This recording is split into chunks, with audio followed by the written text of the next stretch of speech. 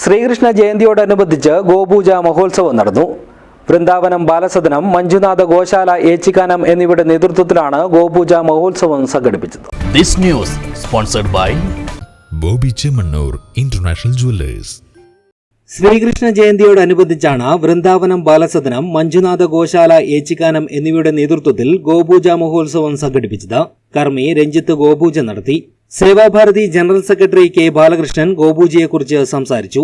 അല്ലെങ്കിൽ മഹത്തായ രീതിയിൽ സംരക്ഷണത്തിന് ഉള്ള ഒരു മൃഗം അല്ലെങ്കിൽ ഒരു വളർത്തു മൃഗമാണ് നമ്മുടെ പശു. നമുക്ക് ഔഷധ ഗുണമുള്ള പാല്, അതേപോലെ കീടനാശിനികളെ വരെ ശമിപ്പിക്കാൻ പറ്റുന്ന, ഇല്ലാതാക്കാൻ പറ്റുന്ന ചാണകം, ഗോമൂത്രം, ഇവയൊക്കെ നമുക്ക് പഞ്ചഗവ്യം എന്ന പേരിൽ നമ്മൾ ക്ഷേത്രത്തിലേക്ക് ഉപയോഗിക്കപ്പെടുന്നു. അപ്പോൾ പശു യഥാർത്ഥമായിട്ട് മനുഷ്യൻ്റെ ഏറ്റവും ഭാഗതയെ നിർണ്ണയിക്കുന്ന ഒന്നാണ്. പാല്, പശു എന്ത് വിഷം കഴിച്ചാലും ആ പാലിൽ ഒരംശം പോലും വിഷം കലരാതെ മറ്റുള്ളവർക്ക് വേണ്ടി സംരക്ഷിക്കുന്ന ഒരു പ്രത്യേക മൃഗമാണ് പശു. Seva Bharati president K V Lakshmanan, treasurer V Radhakrishnan, HR Amit, UR Raju, KK Amrit Kumar എന്നിവരും സേവാഭാരതി വൃന്ദാവനം ബാലസദനം എക്സിക്യൂട്ടീവ് അംഗങ്ങളും പങ്കെടുത്തു.